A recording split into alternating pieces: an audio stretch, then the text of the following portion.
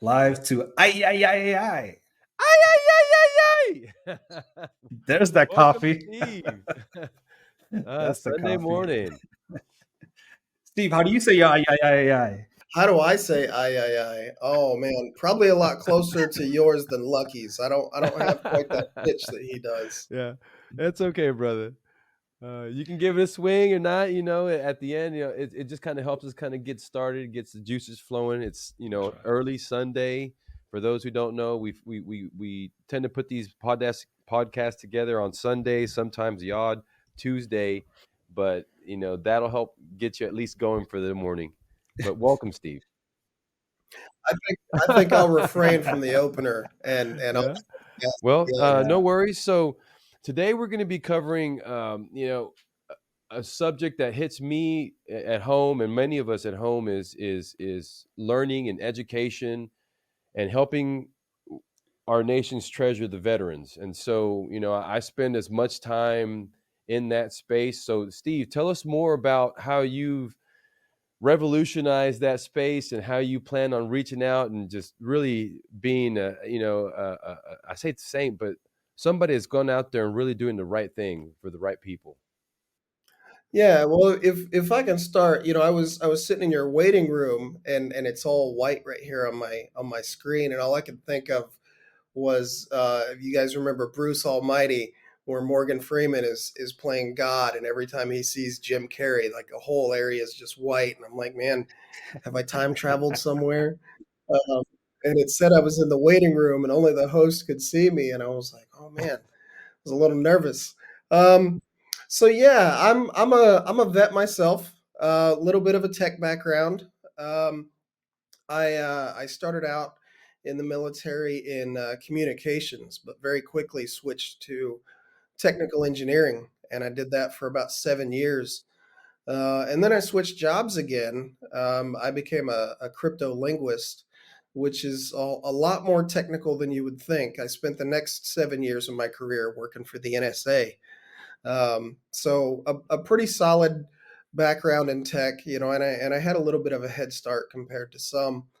But when I retired, I went back to school, got my bachelor's in programming, got my master's in programming, and a good friend of mine, I saw a post on LinkedIn, and she was mentioning something about people being in tech and getting interviews, and I said, "Man, I'm sitting here at the end of my master's degree, and I've sent out hundreds of resumes, and I can't get anybody to give me a phone call back, an email back." And she said, "Hey, you need to call my brother," which was fortunate for me because I already had his number in my phone. He and I had met several years earlier. So I gave him a call, and he introduced me to Vets in Tech. And he said, "Hey, do you want to shadow this course and see if you might be interested in teaching it?" And I said, "Well, what is it?" And he said, "Well, it's a web development course. We teach the basics of web dev." And I said, "Sure. I know that stuff like the back of my hand. Absolutely."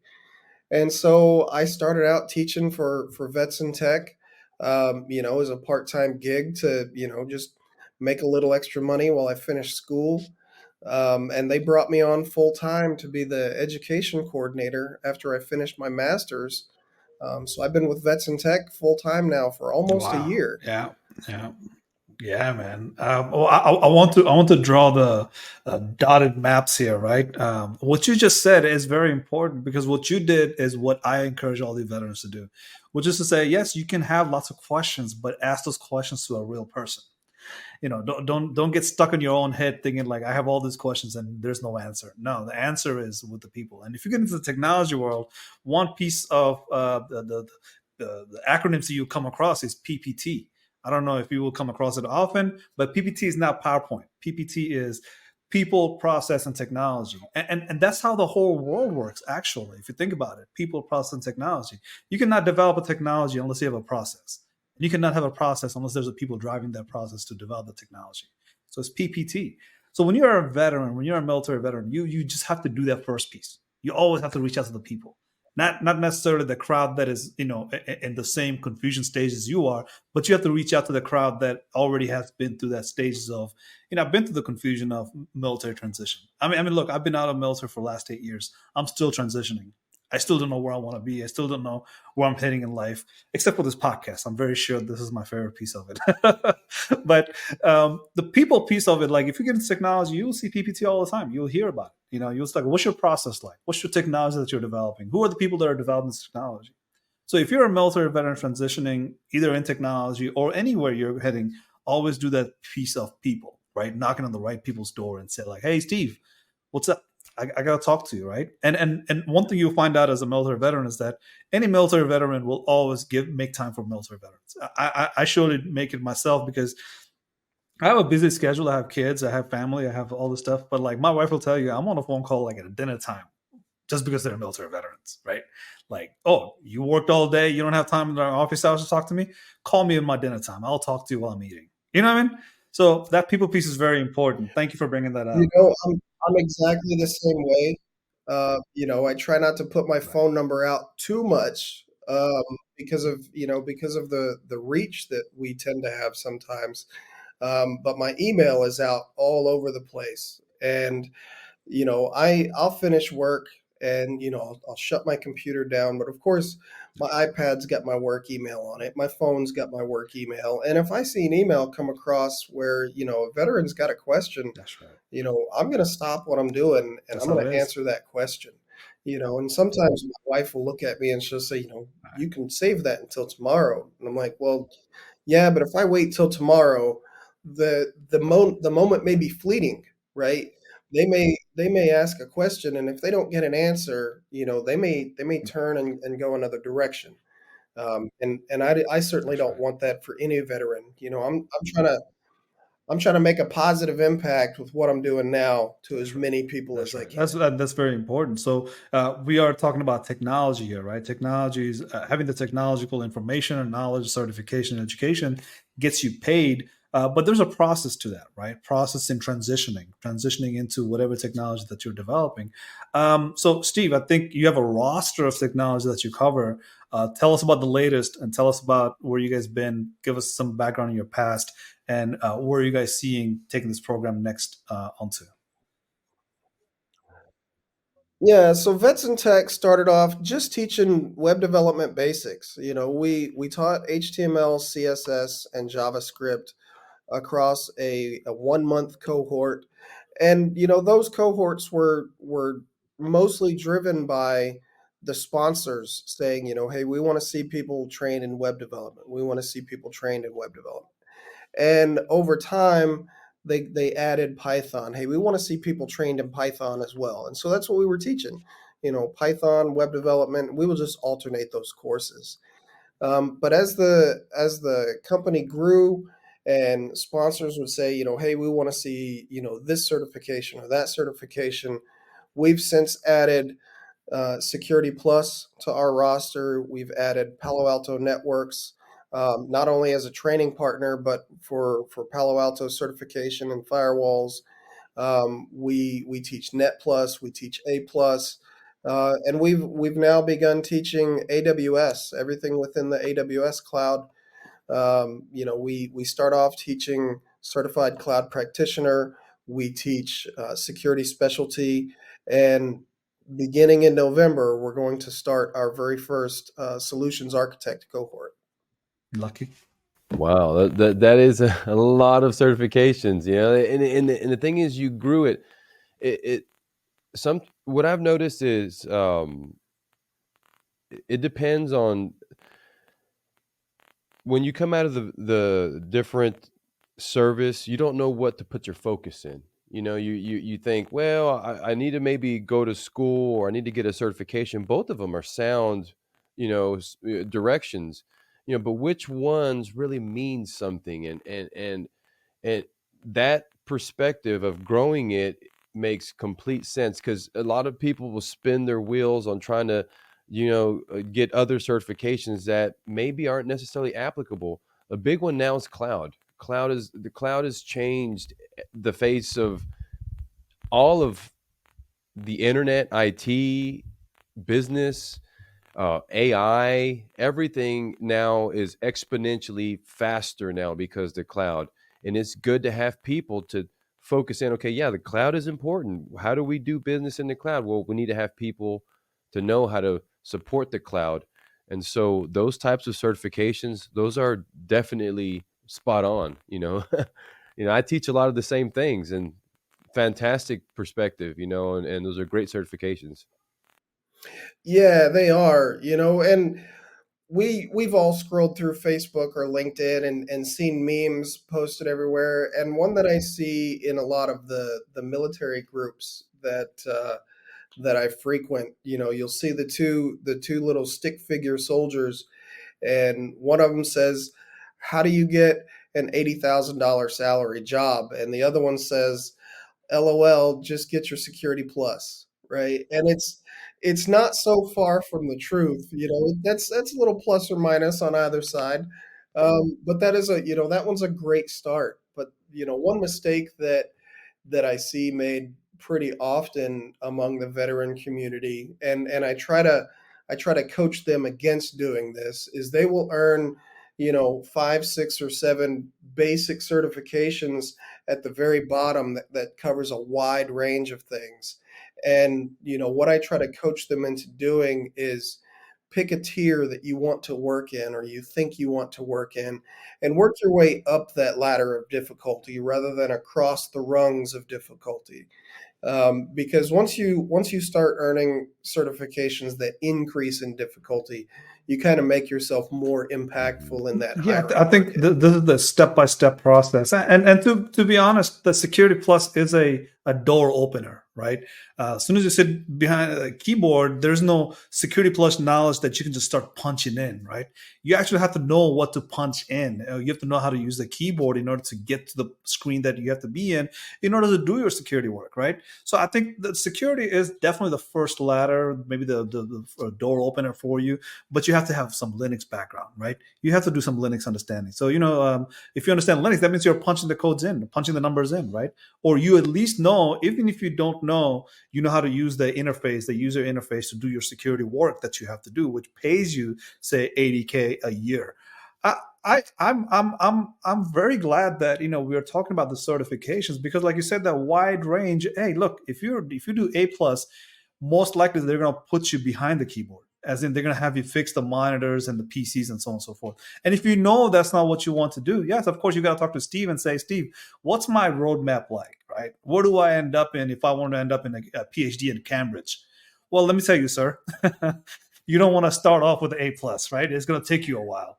And so these are the roadmaps that Steve and other professionals like Lucky will be able to give you. And if I may, give you like a roadmap that starts from Security Plus or starts from A plus, wherever it is you start. If you start thinking that the way you have been told by somebody who's been in a professional world for the last 30 some years, the next 30 years is not going to be the same.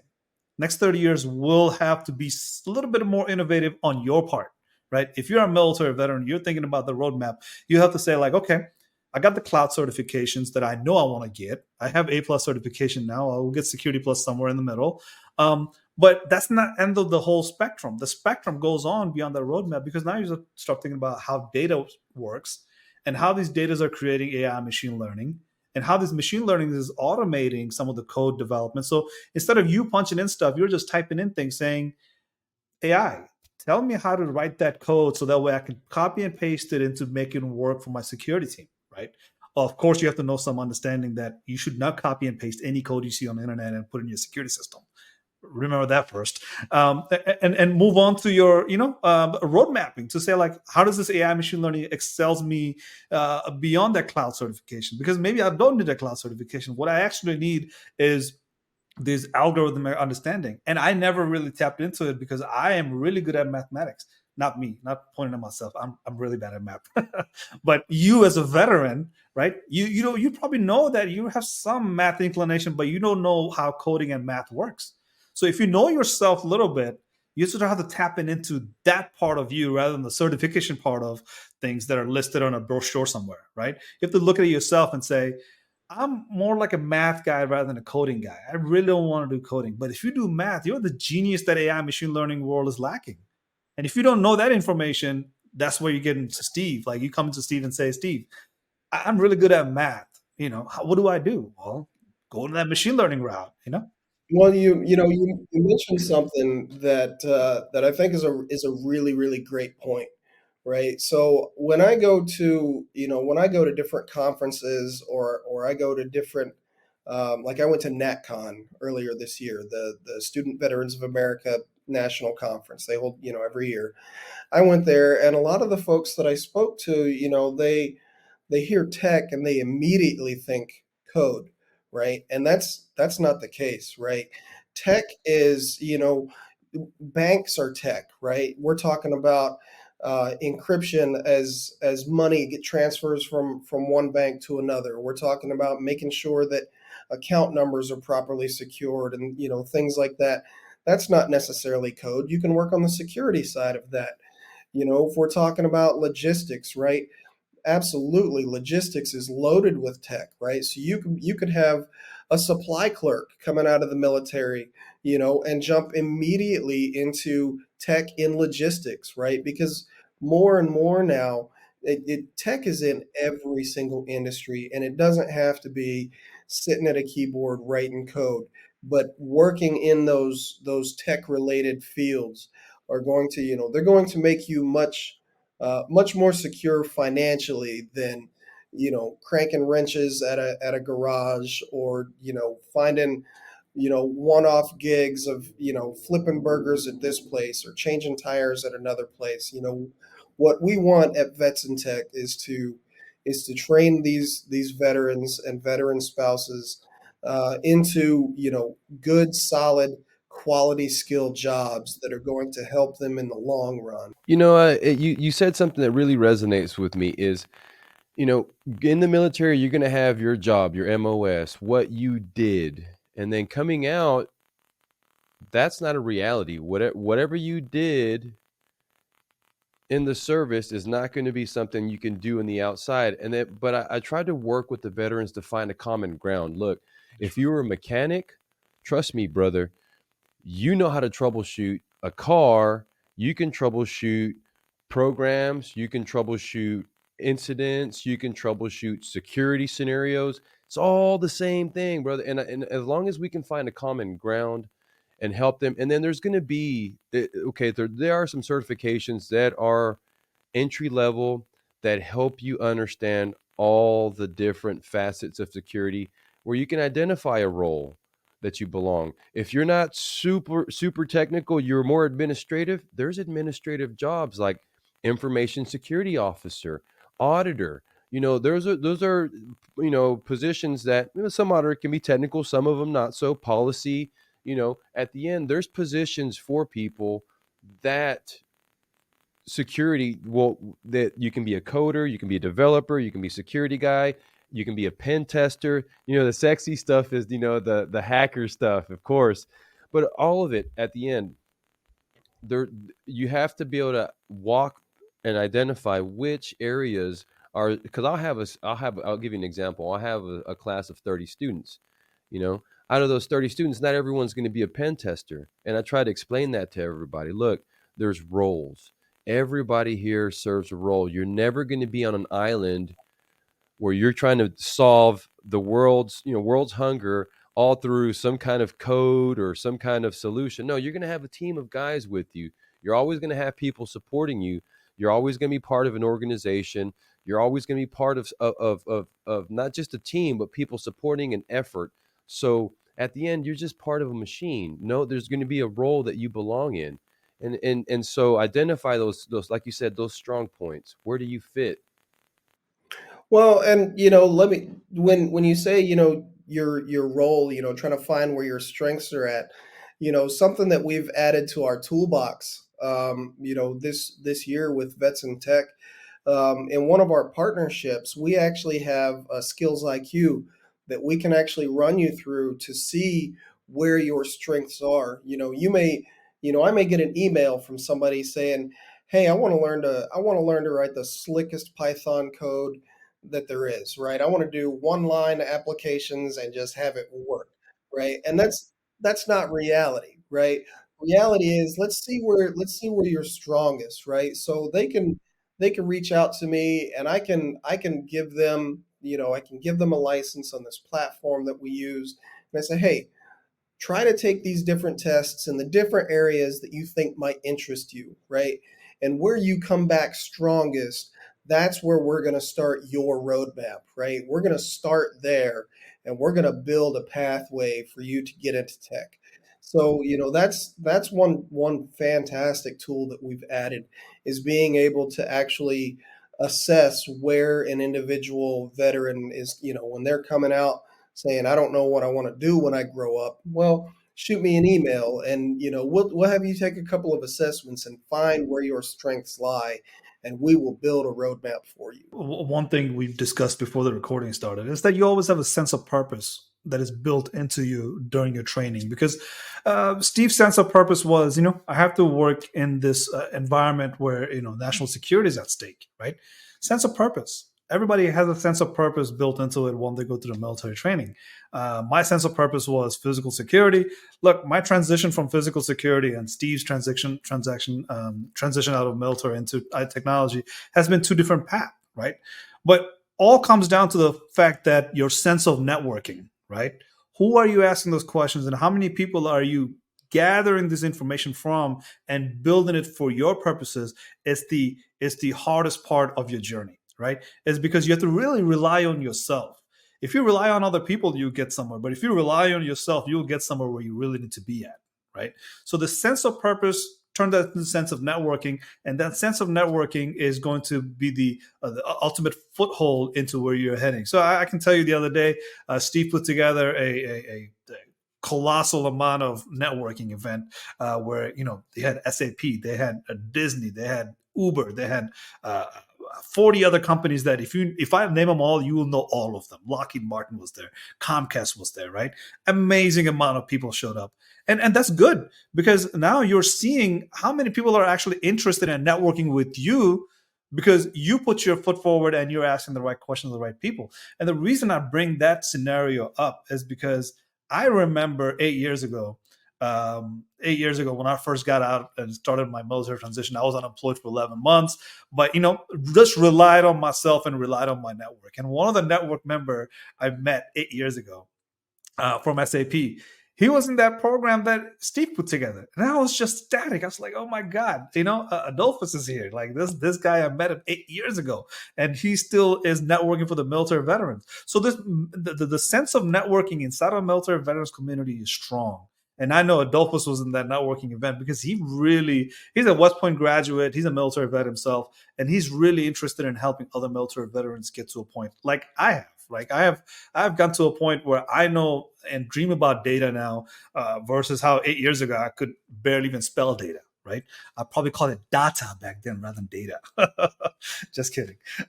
So the sense of networking, bring that on. Like rely on yourself a little bit more, and then you'll be able to not only answer what Steve is asking you as far as the question goes, but you are able to find that little niche that you will be able to say confidently, look, I don't know nothing about that niche, but I'm going to go after it, because I'm relying on myself to say, if I don't like it, I will always come back to the point one, right? I will step back a little bit and step forward again, right? And I'll give you one example. I think we can all go through our life experience and talk about these. I have never thought in my life that I would be interested in raw earth elements that comes together and creates a product like hardware. And Lucky's laughing because he always hears me talk about hardware, and he's like, "This guy, where does he get this hardware information about?" But that's what I'm interested in, right? Like I really care about the elements that goes into your hardware, and how the shortage of these elements could create a havoc in our logistic of our country's supply chain, right? So the supply chain for the hardware is very critical. So even if you get into the tech, even if you think it is coding and programming, no, it has something to do with your military background. It will. Like we can connect the dot in technology with your profession, but you have to rely on your sense of network, rely on yourself, and reach out to Steve or somebody like Steve and have them explore with you what it is that you want to do in life and where it is that you find most passion in, you know? That's right. And they don't have to reach out to me. There are lots of other, nonprofits like Vets in Tech, doing this same mission. This is the one that I just happened to land with, and it's a mission that I believe in. But what I believe in more is helping those veterans solidify a solid life after the military. We've all seen and read stories about, veteran gets out, and they too many of them end up homeless, or too many of them end up working dead end jobs, at or right below the poverty line, struggling to get by, week after week. The mission that I believe in is helping those veterans have that solid life after the military. You have Vets in Tech, you have the Wounded Warrior projects, you have um, I'm blanking right now, but you can reach out to many veteran service organization and then have them give you some of those answers that you're looking for. Now, let's get into why we think this conversation is very exciting. Right? It's because the military veterans bring something to the table that is very important for the development of national security purposes and other security for the, like, say, for supply chain and logistics, or even just a business IP, intellectual properties, right? There's a need for AI machine learning to be developed, right? These development of AI machine learning that can augment the way we do things, and we have to find those use cases, how we augment ourselves, and how some augments has to be based on only human intelligence, some are just for artificial intelligence to handle. So we have to divvy up the work here, but military veterans brings that good purpose of, say, not only are we disciplined, but we know some of these topics very well, right? Say, for example, Steve, you have your background, Lucky, you have your background in health, I have my background, and we can kind of pinpoint and say, like, well, some of these things are really good for AI machine learning, because once we even scale up to the level that we haven't used AI machine learning yet, but at one point or another we have to engage with an AI machine learning, because it's just not sustainable for us to handle. Let's use one example of cybersecurity. It's almost impossible to just use human five senses to say this is how we detect a cybersecurity attack, right? We really have to be able to learn how to augment our cybersecurity postures and defense and offense using AI machine learning solutions, right? So we have to identify those topics and go after them, right? And how we take those initiatives. Military veterans are really well trained to be self-motivating and self-starter type, right? We tend to approach things differently. We see things a little bit more outside of the box, because we've traveled the world or traveled through the country to see different military programs, and why these military programs impacts another program and how they improve other programs. So let's get into that. Like, what do you guys think about AI machine learning, and what's your thought on it? I'm not going to diss Chat GPT, but I like Google Bard. It's a little bit nicer to me. Um, but what I think about AI is, we already understand and we can see that we've reached this crossroads of technology where from here on out until the end of humanity, AI is going to have some part of our world, whether it's in jobs, whether it's at home. We've got our Alexa devices and our Siri devices and our Google Nest devices. All of that stuff is running different pieces of AI, right? But we still need those engineers to build that stuff, right? So Vets in Tech is trying to take that next step forward. We're starting our first AI cohorts in January, right? Then that's we're trying to stay at that leading edge, because that's what's going to be in demand. We don't want to train now for yesterday's jobs.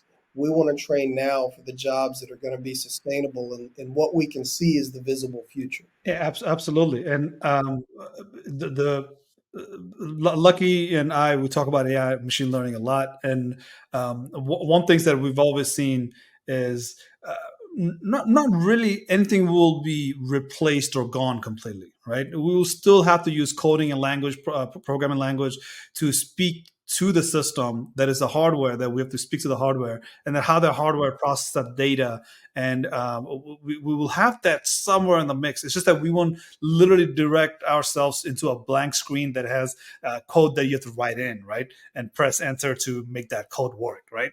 It's more like you still have an interface that you'll tell the AI to say, hey, write that code and make this happen for me, right? And AI will work with the coding, and AI will work with the hardware and have the hardware process or execute a command, right?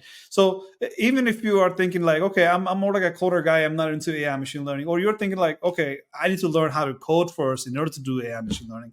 There's so many ways to come at it, right? You don't necessarily have to be a coder to be an AI machine learning guy, because like you mentioned earlier, if you want to be an auditor, do you really know how to do everything, right? You're able to audit, right? That's your goal. That's your skill sets. That's what you specialize on, right? An auditor doesn't necessarily mean you're auditing a code. You're auditing a whole process, or you're auditing a technology and its impact, right? So you can come at it from so many different perspectives. It's kind of like being a cook in a base, right? Somebody has to know how to cook. If you don't know how to cook, that doesn't necessarily mean that you're not a soldier. Like, no, a soldier knows how to cook. That's what it is, right? A soldier knows how to do operation of the hotel that's on the base, right? Everybody's a soldier, but everybody has their own operation, and that operation means the total operation is more precise, and it doesn't have that much of a lag behind it. So it's same with AI machine learning. Even if you don't know how to code, even if you don't know technology, you can still contribute a lot with your knowledge base for AI machine learning development, AI machine learning monitoring, AI machine learning scalability, and its impact. So many different ways you can come at it. I see a lot of I do a lot of searching online for job posts, not because I'm looking, but because I have to watch these market trends. And I see a lot of job posts, and I see a lot of training posts, right? And what I'm seeing more and more is prompt engineers, right? We want people that are trained in prompt engineering, right? Or we want to train you to be a prompt engineer. Now that's not a person that's writing code. That's a person that's figuring out what things to say to that model to get it to output certain results, right? And so that's not code at all, but that is still very, very much involved in the technology. Go ahead, Lucky. Yeah, I apologize for that weird technical issue, but what really resonates with me is what you guys have brought up, and you guys hear me okay? Yes. Yep. Is that Yep. and it's not that I'm biased, because I am biased, but I'm also a realist. Okay, I've seen the over the past 3 to 5 to 10 years the type of professionals that are applying to jobs. And I've been training professionals for a while, and it just, to me, when you're a veteran, you come out more prepared. You're mentally more prepared to work than the individuals. And it's not taking it away, but we've had a long, it feels like a sabbatical. Everyone's been working at home. Everyone thinks that this world that we're in is reality, and the reality is that no, it's not. We're supposed to be working. We're supposed to be going into the office. We're supposed to we as individuals, we're not supposed to be sitting back waiting for something to happen. And that's the mindset of a lot of the people out there now. They expect remote jobs. When you're a veteran, you're, like you said earlier, you have a certain expectation in life. You've moved, you don't, that's not a big deal to move. That's just it. You have a mindset. You don't care. You will overcome. Something happens. It's not. You take a step back. It's okay. We're built that way. We're built to overcome, and that's a mindset that in today's, when it comes to people, even if you don't know, you'll figure it out, and that's tough to find. And so a lot of people that I hire are veterans. Well, I work for the VA, but outside of that, a lot of people that I look at when I'm hiring people, I'm looking for veterans only because I know they're ready to hit the ground running, and that's just the truth. There's nothing there's and it's an unfortunate bias, but it's the truth. I look Right. for people that are willing to get the job done and know, at some cases they don't have all the right answers, but they'll figure it out. And that's Sure. what I'm looking for. And that's the type of people that veterans, that's, when they come across, that's what I see. Anyhow. Well, AI is all about weights and biases, right? That's what makes it Right. that's what makes it work. I'll give you a great example. My as I told you guys just a few minutes ago before we started recording, my wife took this internship job, and on day one, she knew absolutely nothing, but she sat down in the office that they gave her. She started opening up manuals and started asking questions. What's this mean? What's that mean? Right? That's that mentality that a lot of veterans are going to have. Right? They don't necessarily need to wait for instructions. They know that they're there for a reason. They're there to get a job done. Right? Training may not start until 5 o'clock, right? But if I'm here at 4:30 and I can open up a book and start reading and gathering information, right? That's what a veteran is more likely to do than non-veteran counterparts, right? And it's, as you said, it's not taken away from people that have never served. There are plenty of great people that have never served, but that veteran mindset of being ready when it's time to be ready. We don't need to wait for instructions. We're going to start right away, and we're ready to go as soon as And, you step and in I the think door. Lucky mentioned hiring people, and Steve, you also mentioned the mindset. Now let me back it up a little bit more, saying that the added value here is that when you have great motivation, like sense of purpose, right? You have to back it up with some piece of paper, right? Either you go to a school for 4 years, or you have a certification, or you have the experience, right? Like Steve's wife, she opened up the manual just to start asking questions. Great motivation, but after 9 months of dedication to that manual and the folder, she's going to know this folder back to top to bottom, right? All of it, and then somebody's going to stamp her a piece of paper and say she's been certified, she's put in her time, she knows what she's talking about. So it's just not just a military veteran thing. It's more like everybody has to go through that process. That's the process piece of it. If you're the people, you have to learn the process, and that process will take you to the technology or solution or service or whatever that is you want to do, right? So it has to always be backed by a certification, education, diplomas or degrees or whatever the case is, or an experience that says, if you call me, I'll pick up the phone, and as a manager, I'll tell you, yes, Steve's wife has done these things, right? So I think it applies for everybody, but for military veterans, you have to think about it from a perspective of you already have a manager that somebody can call up and say, like, what's this veteran's work ethic like, right? And you have DD 214. You have that piece of paper that says not only do you have experience, but you've been certified on some of these things, right? So you can use the certification. And education wise, I think if you go to a boot camp, I think majority of the uh, uh, branches, if you go to a boot camp, it comes with a certification and education piece. As in, like, part of my education was criminal justice. So that came from Air Force, community colleges of Air Force. So just because I went to the boot camp, I was able to take my credit and convert them into a credit for a university, right? So you get it, like certification, experience, and education. It comes with military veterans, all three of them, and it has been done for you while you're in the service. So when you get out of service, you have to utilize that. And not a lot of people have that. So it's not military veterans or disciplined and trained, hardcore, go getter. Yeah, those are all the skills that everybody needs, but you already have those backed up by pieces of papers and college credits and managers that can vouch for you, right? So yeah, I think you have to come from that mindset that you already have those pieces of papers, you already have those training, you already have those background, right? So yes, you are far more advantages than somebody who hasn't, right? And who hasn't, they'll probably have to go through the same process as you, but you have that advantage to say, now how do I transform myself into this future of workforce, right? Because the workforce that I got into the military with, definitely by 2004, by the time I got in 2014, I don't even know what a workforce was. All I knew was military. So you have to think about that. Now you're a part of a workforce that is far bigger than 1 million people that serves in the US military at any given time, right? So you have to look at this from a full workforce perspective and say, how do I compete with the rest of the workforce? What sets me apart? Well, first thing, you're a veteran. It sets you apart. And then you have to start asking about certifications, right? So this is being an AI machine learning podcast. We'll, of course, talk about AI machine learning, but there's so many ways to come about it. But one thing I always say to anybody, even if you're interested in trucking, even if you're interested in supply chain only, and you're not really interested in AI machine learning at all, you're not interested in technology, I'll have to tell you, AI machine learning will impact how you perform your job in the next 10, 15, 20 years of workforce. And like Steve said, it could be like the rest of the humanity, right? For the rest of the humanity's history.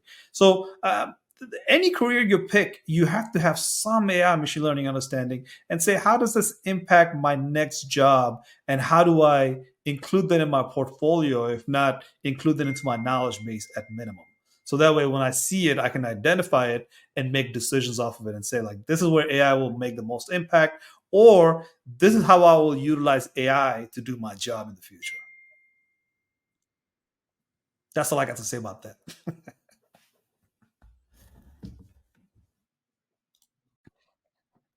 No, I agree. It's we can sit and talk circles around how AI is going to impact this or is going to impact this other thing. The point of it all is really you've got to prepare yourself, right? And that's why Vets in Tech is doing what they're doing, right? We're trying to help those veterans be prepared, right? A lot of the students that I get through that come through our academy are still active duty. We'll take them, every one of them, right? Some of them are in Germany, some of them are in Turkey, some of them are, in Korea, and they'll say, "Hey, I'm not awake during the time the course is sessions recorded." Yep, they absolutely are, right? We have live instructors when you're in the classroom, but every bit of it's recorded, right? So they can still train even though they're not on, one of our US time zones, right? Because we teach from 5 to 7 Pacific for most of our courses, right? And that's not every soldier in the military. A lot of them are many, many other places, but they still take the time to train. And I tell every single one of them, I said, while you're training, while you're going through this cohort, you can reach out to me. I've taught this course before. I can answer any question you get stuck on. You can also reach out to your instructor, right? We make sure that our instructors are available for them. We make sure that our instructors hold office hours for those folks that need that extra one-on-one time. We're just trying to make sure that people are prepared and that we're doing our part to help them. Yeah, Just spending that 5 minutes, that person needs 15 minutes of your time will change your life, that's right. in some cases. And it's all about timing, just like you said. They may be going through an interview, getting ready the next day. They're reaching out because they're desperate. And having that voice is to them. I know how it means. I know what it means because I know I can feel it. And then they come back, and when they go through and they get the job, it to me, I'm celebrating with them. So again, Steve, thank you very much for everything that you guys are doing. It's a fantastic job. Thank you guys. Hey, absolutely. And if you want to help, I'll drop you an email after we're done, and I'll get you onto our mentorship platform. We'd love to have your experience there. We're coming to the end of the podcast here, but quickly, you guys probably have a goal sheet set out for 2024. You mentioned AWS Solution Architect. I remember Palo Alto Firewall course that I was part of last year, free certification from Palo Alto Firewall. So, and if I go through your roster right now, I've seen like web development. I've seen some of these courses that is provided for free. And if I go through your website for 2024, what sort of things would I be expecting to see on the roster? Like, first of all, and majority of these courses are free. That's something you have to know. And I think Steve will probably talk about Vets in Tech that's coming down the pipeline, but majority of these courses are for free. So if you're not taking advantage of it, I think, I don't think there's any alternatives to Vets in Tech at this point. Like literally, I haven't seen anybody that's offering veterans this kind of courses for this low of a price. Yeah, so we partner with IBM, and IBM provides a huge cybersecurity set of courses that anybody that comes into contact with us can take for free. Microsoft has also very generously donated a lot of content that our folks can take for free. Coming down the pipe, as I said, we have AI coming in 2024, and we're working on a couple of things right now that we got to still keep under wraps. But there are a lot of, for anybody that's familiar with Vets in Tech, there are a lot of really big changes, exciting changes coming for 2024. But the big focus for 2024 for us is going to be increasing our Python cohort efficacy, right? So we're looking to a stage 2 Python course rather than just a fundamentals, and we're looking to add AI to our portfolio. So those are the two big ones that I can talk about, but we definitely have a lot more coming. Other podcast episodes, we get bogged down by these technological things that we have to accomplish, right? So I always end it with like, yeah, yeah, yeah, yeah. And I'm just tired. Like just the planning 2024 is like tiring. Like, oh my god, I have to know all these technological things. I have to, and meet those challenges. But I think what excites me is that when you have to know the roadmap, and when you have to execute that roadmap of knowledge, just knowledge, you don't have to really execute anything other than just a learning.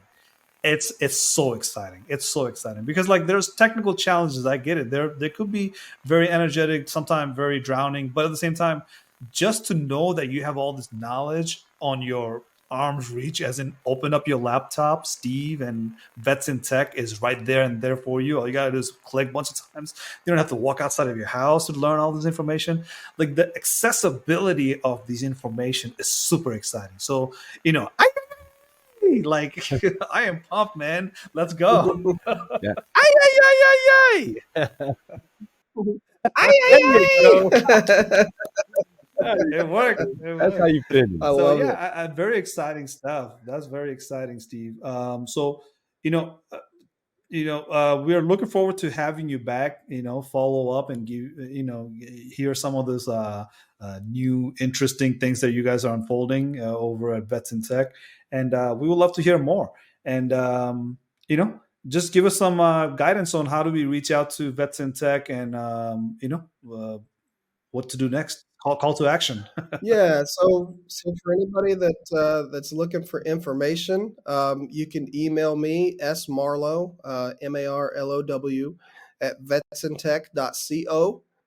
If you put .com, Oh, I'm not going to get it. A lot of yikes. people make that mistake. Um, or you can reach out to our education director, Abdul Mansouri. It's Abdul Mansouri, Mansori at vetsintech.co. And we'd be happy to answer any questions that you've got. We have a new iteration of our website that's coming very, very soon. A lot of these changes are coming with, Vets in Tech kind of molting off an old look and putting a new one on. So, if you've got questions, feel free to reach out. I answer every single email every single day. It doesn't matter if I have to work till 7, 8 o'clock at night.